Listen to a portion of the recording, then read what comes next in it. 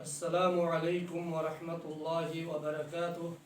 الحمد للہ رب العالمین والصلاة والسلام الأتمان الأكملان على أشرف الأنبياء والمرسلين نبينا محمد وعلى آله وصحبه أجمعين ومن تبعهم بإحسان إلى يوم الدين.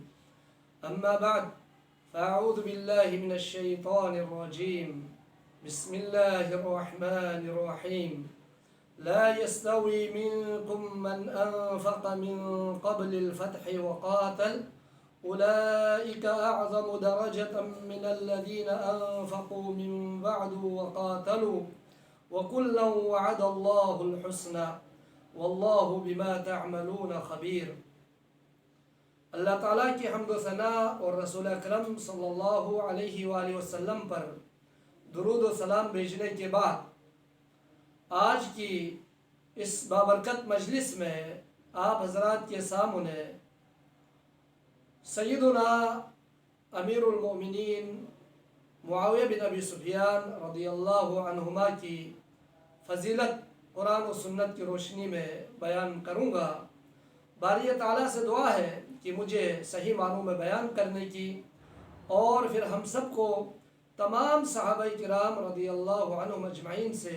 محبت رکھنے کی اللہ توفیق عطا فرمائے، آمین۔ سامعین محترم، چونکہ رجب کا مہینہ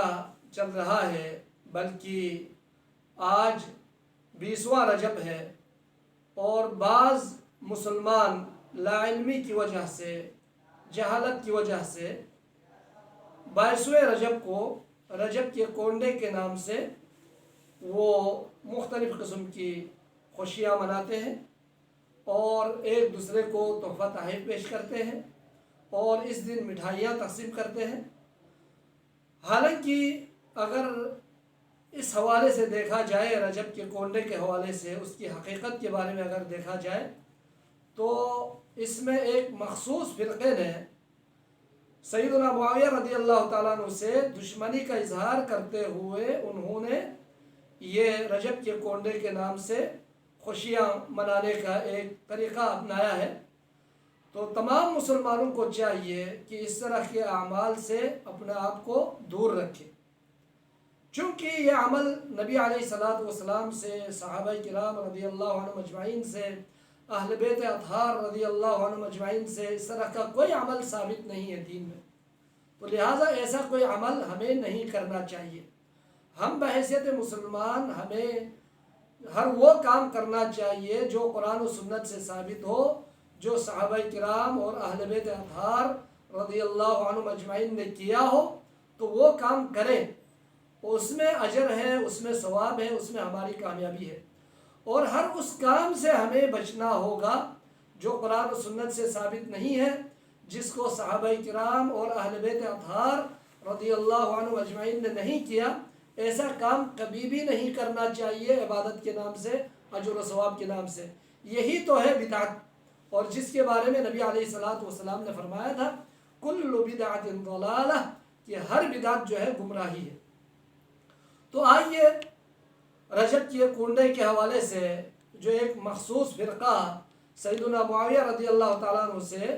دشمنی کا اظہار کرتے ہوئے اس طرح کا عمل کرتے ہیں، اور بعض مسلمان بھی لاشعوری طور پر، لاشعوری میں اور جہالت کی وجہ سے اس دن خوشیاں مناتے ہیں، ایک دوسرے کو تحفہ تحائف پیش کرتے ہیں اور اس دن مٹھائیاں تقسیم کرتے ہیں، تو یہ میرے مسلمان بھائی، یہ کسی بھی مسلمان کے لیے اس طرح کا کام کرنا جائز نہیں ہے۔ سیدنا معاویہ رضی اللہ تعالیٰ عنہ رجب کے مہینے میں ان کی وفات ضرور ہوئی ہے، اور البتہ 22ویں رجب کو ان کی وفات ہوئی ہے یا 15ویں رجب کو ہوئی ہے یا کسی اور تاریخ کو ہوئی ہے، اس حوالے سے اہل تاریخ کے درمیان اس میں اختلاف ضرور ہے۔ البتہ رجب کے مہینے میں ان کا انتقال ضرور ہوا ہے سیدنا معاویہ رضی اللہ تعالیٰ عنہ کا۔